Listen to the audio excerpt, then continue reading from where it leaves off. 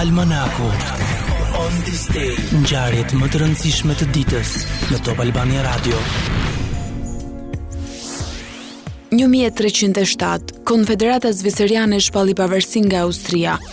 1862, mjeku nga Indianapolis, Richard Gatling, patenton mitralozin, shpikjen e tij. 1909, u përurua me ceremoni objekti madhështor i stacionit Hajdar Pasha, ndërtuar për 9 vite në kuadër të hekurudhës Stamboll-Bagdad, projektuar nga arkitektët gjerman Otto Ritter dhe Helmut Zuni. Ndërtesa e stacionit konsiderohej si porta e Azis. 1922, një grup arkeologësh në drejtimin e britanikut Howard Carter zbuloi varrin e faraonit Tutankhamun. Ky zbulim hapi një epokë të re në historinë arkeologjike. Maska e artë e Tutankhamunit dhe veprat e tjera historike që u nxorrën nga varri me përjashtim të mumjes së tij ekspozohen në muzeun e Kairos. 1933, qeveria greke vendosi një tabelë përkujtimore në shtëpinë e lindjes së themeluesit të Republikës së Turqisë, Mustafa Kemal Atatürk, në Selanik. Teksti i tabelës thotë: në këtë shtëpi ka ardhur në jetë Gazi Mustafa Kemali, novatori i madh i kombit turk dhe udhërrëfyesi i Bashkimit të Ballkanit. 1946, nis funksionimi i Organizatës së Kombeve të Bashkuara për Edukim, Shkencë dhe Kulturë, UNESCO. Selia e saj është në Paris. 1953, në Los Angeles shfaqet premiera e filmit Si të martohemi me një milioner, me protagoniste Marilyn Monroe.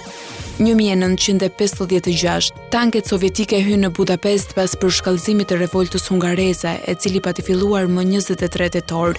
1972, disa muaj pas kongresit të 5 të CHP-s, ku pati dhënë tërheqjen si kryetari i kësaj partie, post të cilin e mbante prej 34 vitesh, presidenti Ismet Inonu dorëzoi edhe teserën e CHP-s. 1979, pas revolucionit iranian, një grup simpatizantësh të Khomeneit pushtuan ambasadën e Shteteve të Bashkuara të Amerikës në Teheran dhe morën peng 52 veta. Kjo ngjarje shënoi fillimin e krizës 444 ditore të pengjeve ndërmjet SBA-s dhe Iranit. 1980, Ronald Reagan emërohet presidenti i ri i SBA-ve. 1984, u themelua kompania Dell Incorporated.